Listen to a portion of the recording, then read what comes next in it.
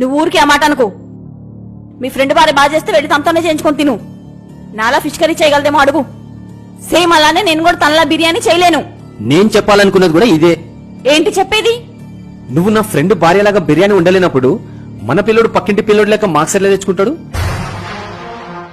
చదువులైనా పనులైనా ఎవరి టాలెంట్ వాళ్ళది. మనోడు సరిగ్గా చదవలేకపోతుంటే వారికి దేంట్లో ఇంట్రెస్ట్ ఉందో అడిగి తెలుసుకునే బాధ్యత మనది. ఎగ్జామ్స్ టైంలో పేరెంట్స్ పిల్లలకి వాళ్లాగా మార్క్స్ తెచ్చుకో వీళ్లాగా మార్క్స్ తెచ్చుకో అని ప్రెషర్ పెట్టడం కరెక్ట్ కాదు. ఈ ప్రెషర్ తో వాళ్ళు ఎగ్జామ్స్ లో ఫెయిల్ అయ్యి లేదా మార్క్స్ తక్కువ వస్తే పేరెంట్స్ ఏమంటారో లేదా పరిచయం ఉన్న ఏమనుకుంటారని టెన్షన్ కో లేదా భయానికో అఘాయితం చేసుకున్నాక బాధపడే తల్లిదండ్రుల లిస్టు ప్రతిరోజు పెరిగిపోతుంది. ఆ లిస్ట్ లో మనం ఉండకూడదు. పిల్లల ఆసక్తి ఇష్టాలని అర్థం చేసుకోకుండా వాళ్లపై బలవంతపు చదువులు మోపి ప్రాణం పోసిన తల్లిదండ్రులే వాళ్ల ప్రాణం మట్టిలో కలిసిపోవడానికి కారణమవుతున్న లిస్ట్ లో మీ పేరు రాకుండా మారండి.